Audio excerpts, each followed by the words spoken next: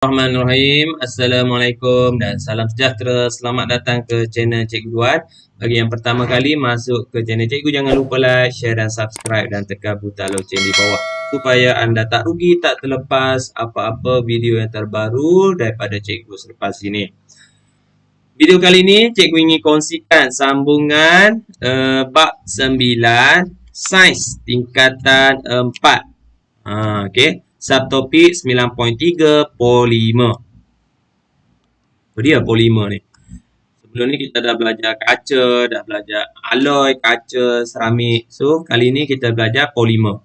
Polimer ialah molekul besar berbentuk rantai yang terdiri daripada gabungan unit molekul kecil. So, poli-poli tu banyak, panjang. So, yang kecil nama dia monomer. Gabungan monomer tu jadilah polimer. Okey, unit molekul kecil yang membentuk polimer dikenali sebagai monomer. Polimer dapat dikelaskan kepada dua, polimer semula jadi ataupun satu lagi polimer sintetik. Semula jadilah. Sintetik ni buatan manusia. Okey, kita pergi yang pertama, polimer semula jadi. Polimer yang wujud secara semula jadi, contoh kanji, monomer dia glukosa. Gabungan banyak glukosa menghasilkan kanji. Kegunaan memberikan tenaga. Yang kedua, protein secara semula jadi. Monomer dia adalah asid amino, membina sel dan tisu badan. Polimer semula jadi yang ketiga adalah getah asli. Monomer dia isoprena. Tolong ingat, isoprena. Membuat produk berasaskan getah. Okey, so ni antara contoh-contoh polimer semula jadi. Okay, ingat, kanji, protein, getah asli. Yang kedua, polimer sintetik ialah polimer buatan manusia yang menggunakan bahan kimia. Okay, contoh, banyak. Ni sebahagian dia. Polyethena. Monomer dia ethena. Kegunaan membuat botol plastik, beg plastik dan baldi. Yang kedua, polistrin. Kita panggil polistrin lah. Ataupun stirena. Monomer dia stirena membuat bekas pembukusan peralatan elektrik. So, itu polistrin. Okay, yang ketiga, perspex. Metil metakrilat monomer dia membuat cermin pesawat, tingkap kenderaan. Perspex. Yang keempat, getah sintetik. Monomer dia neoprena. Neoprena. Yang tadi isoprena. Semula jadi. Yang ni sintetik neoprena. Membuat sarung tangan, tayar kereta, tapak kasut. So, ni antara contoh polimer sintetik. Tolong ingat.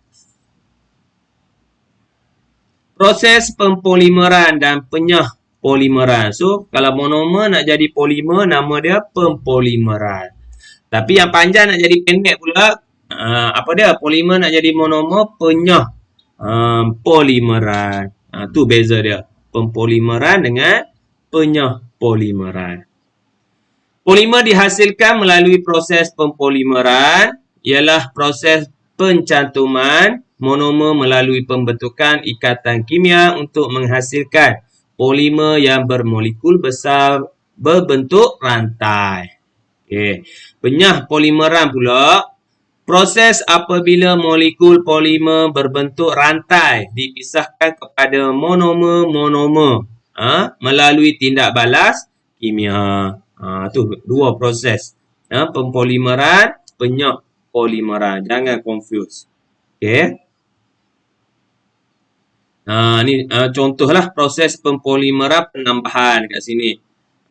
So, contoh kat sini, ethena. Macam mana nak jadi banyak polyethena ni? So, proses dia penambahan lah. Okay. So, kat sini CN kat depan. Tambah. So, jadilah banyak cabang ni.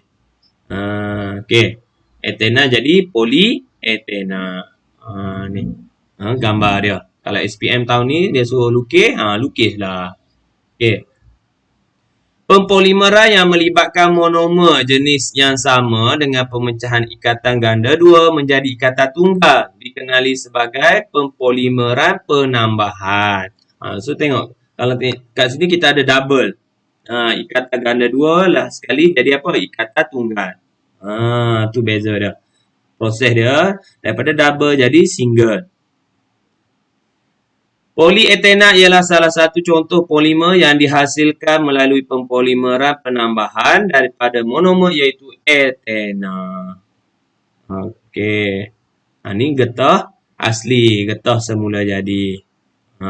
Okey, polimer semula jadi. Susu getah asli atau disebut latex didapati apabila batang pokok getah ditoreh. Okey, penoreh getah kan, pagi-pagi toreh keluarlah susu getah ni. Susu getah asli diproses menjadi getah asli. Polimer semula jadi ini banyak menyumbang kepada peningkatan ekonomi negara kita. Antara ciri dia, kenyal, lembut, tak tahan haba, penebat elektrik yang baik serta tidak telap udara. Tu ciri dia getah asli ni. Tapi sayang dia lembut. Dia lembut, kenyal. Okey. Tak tahan panas. Okey. Tindakan asid dan alkali. Apa yang jadi kalau bubur asid ke, kalau bubur alkali, apa yang jadi kepada susu getah ni? Di dalam latex, okey, terdapat molekul getah berbentuk rantai yang diselaputi oleh satu lapisan membran protein. Terdapat cas negatif yang mengelilingi permukaan luar membran tersebut. Hal ini menyebabkan molekul getah menolak antara satu sama lain. So sama kan? Negatif menolak. Maka latex kekal wujud sebagai cecair. Okay, so dia maintain cair lah. Cecair susu getah tu. Tapi kalau lambat jadi keras dah. Apabila asid ditambah ke dalam latex, kalau bubur asid, ion hidrogen yang bercas positif daripada asid akan menetralkan cas negatif pada permukaan membran protein. Tanpa cas negatif tersebut, molekul-molekul getah akan berlanggar antara satu sama lain. Hal ini menyebabkan membran protein pecah dan rantai polimer getah akan keluar dan saling berbelit lalu membentuk gumpalan pepejah. Nampak? So, kalau kita bubur asid, dia jadi keras dah. Jadi beku dah. Okey, jadi gumpalan. Ni gambaran dia. Penggumpalan latex susu getah oleh asid. So, mula-mula tengok gambar pertama ni. Membran protein ni, dia cas apa dia? Negatif. Nampak? Negatif. Dalam dia rantai polimer getah. Apabila asid tambah, apa yang jadi? So, asid ni positif. So, positif dia pergilah dekat negatif ni. Negatif, positif kat sini. So, zarah getah dineutralkan. So, apa yang jadi? So, bila dia rapat dah ni, positif negatif ni. Lepas tu, dia pun berpisah. Pergilah membawa haluan masing-masing ni. So, maka pecahlah. Putuslah membran tadi. Membran yang pecah. Akhirnya rantai polimer getah tergumpal. Tinggal yang dalam saja. Keras dah. Itu dia. Tindakan asid dan alkali terhadap latex.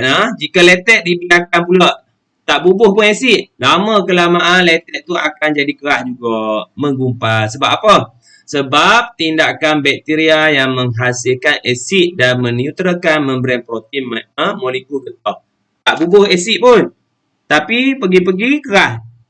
Susu getah tengok-tengok nak ambil keras dah. Sebab apa? Sebab di ruang udara ni kita ada bakteria. Bakteria itulah yang bertindak, yang menghasilkan cas positif. Apabila alkali ditambah ke dalam latex, ion hidroksida daripada alkali akan meneutralkan ion hidrogen daripada asid. So, macam mana nak ni? Kita bubuh alkali. Tanpa asid, cas negatif kekal pada membran protein dan molekul getah tetap menolak antara satu sama lain dan tak berlanggar. Maka molekul getah akan kekal dalam keadaan cecair. So, ingat ada dua benda yang menyebabkan dia tergumpal. Satu, asid. Satu, bakteria. So ada dua ni. Asid, yang kedua bakteria yang menyebabkan latex tergumpal.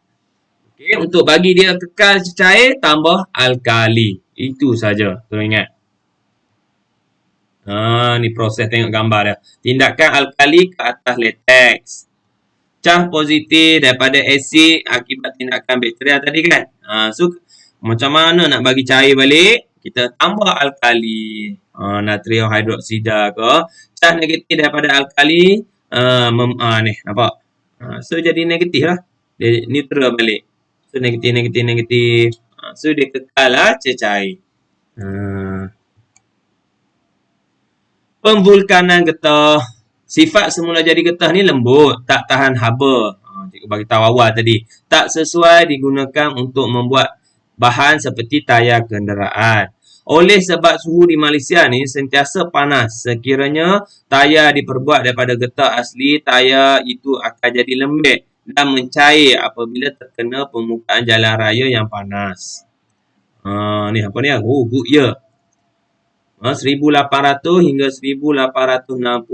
Beliau telah menemui kaedah pemvulkanan getah pada tahun 1839. Yang brand tayar tu Goodyear. Ni lah dia. Nama memang dia, nama Charles Goodyear. Beliau memanaskan satu campuran getah asli dengan 1% atau 3% sulfur mengikut jisimnya. Dia yang cipta, orang kata temu dengan pemvulkanan ni. Proses pemvulkanan boleh membaiki sifat getah dan menjadikannya lebih kuat. Pemvulkanan ialah proses pemanasan getah bersama sulfur. So kena masuk sulfur. Melalui proses pemvulkanan, atom sulfur ditambahkan ke dalam molekul polimer getah asli yang berbentuk rantai. Getah yang diperoleh melalui proses ini disebut getah tervulkan. Okay. So, kita daripada getah asli kepada getah tervulkan. Nama proses dia pemvulkanan. Okay. Ni struktur dia. Proses pemvulkanan. So, yang ni yang getah asli, yang ori. Tambah sulfur. Sulfur tu jadikan apa? Rangka silang ni, sulfur ni. Jadi jambatan dia. So, lebih kuat lah. Okay. So, ingat gambar ni. Mana dah tahu SPM dia tanya kita yang ni. Pemvulkanan. Okay. Getah. Struktur molekul bagi getah tervulkan dilihat mempunyai ikatan antara setiap rantai polimer getah. Manakala bagi getah asli tidak. Okay. Hal ini disebabkan atom sulfur yang ditambah menghasilkan rangkai silang antara rantai polimer getah tadi. Yang cikgu sebut jambatan tadi tu. Sulfur yang buat jambatan tu. Rangkai silang lah. Oleh sebab itu, apabila daya dikenakan, rantai polimer getah tervulkan sukar untuk menggelonsuh dan apabila haba dikenakan, struktur molekul getah tervulkan sukar diputuskan. So, lebih kuat lah. Lebih tahan haba. Maka getah tervulkan adalah lebih keras, mempunyai ketahanan terhadap haba yang tinggi. Tu kelebihan getah tervulkan berbanding dengan getah asli. Ni ciri dia. Keras dan lebih kenyal. Penebat elektrik yang baik. Tidak mudah teroksida di udara. Tidak bertindak balas dengan asid alkali. Tidak telap terhadap cecair dan udara. Tahan terhadap haba. Tu yang kita nak. Ni kegunaan dia. Tapak kasut. Buat glove. Tayar kenderaan. Sarung tangan getah. Tapak kasut. Antara kegunaan getah tervulkan. Teknologi terkini berasaskan getah. So, dia ada lembaga dia. Lembaga Getah Malaysia. Getah merupakan salah satu komoditi utama di Malaysia. Industri getah membantu meningkatkan ekonomi negara. Betul? Penyelidikan R&D terhadap getah dijalankan oleh Lembaga Getah Malaysia perlu diteruskan supaya apa? Industri getah di negara kita bertambah maju pada masa hadapan. Beberapa penemuan baru telah dihasilkan menggunakan keistimewaan getah dalam bidang pembuatan dan pembinaan. Apa dia? Asfalt terubah suai getah bekuan sebagai konkrit. Asfalt ni untuk turap jalan raya supaya lebih tahan, lebih lama, tahan haba, mengurangkan bunyi bising dan keretakan jalan raya. Ni. Dia pun ada juga ni getah dalam tu. Getah color pula merupakan cat lukisan yang dihasilkan daripada latex untuk kegunaan seni visual. Pad landasan yang diperbuat daripada getah diletakkan di antara landasan dengan enjin kereta api untuk mengurangkan getaran dan bunyi. Ni gambar foto 9.17. Ni contohlah beberapa teknologi terkini berasaskan getah. Wallahualam. So setakat itu saja perkongsian cikgu untuk kali ini. Kalau anda suka video cikgu, jangan lupa like, share dan subscribe dan tekan butang lonceng di bawah. Sehingga berjumpa lagi dalam video akan datang. Wallahualam. Assalamualaikum.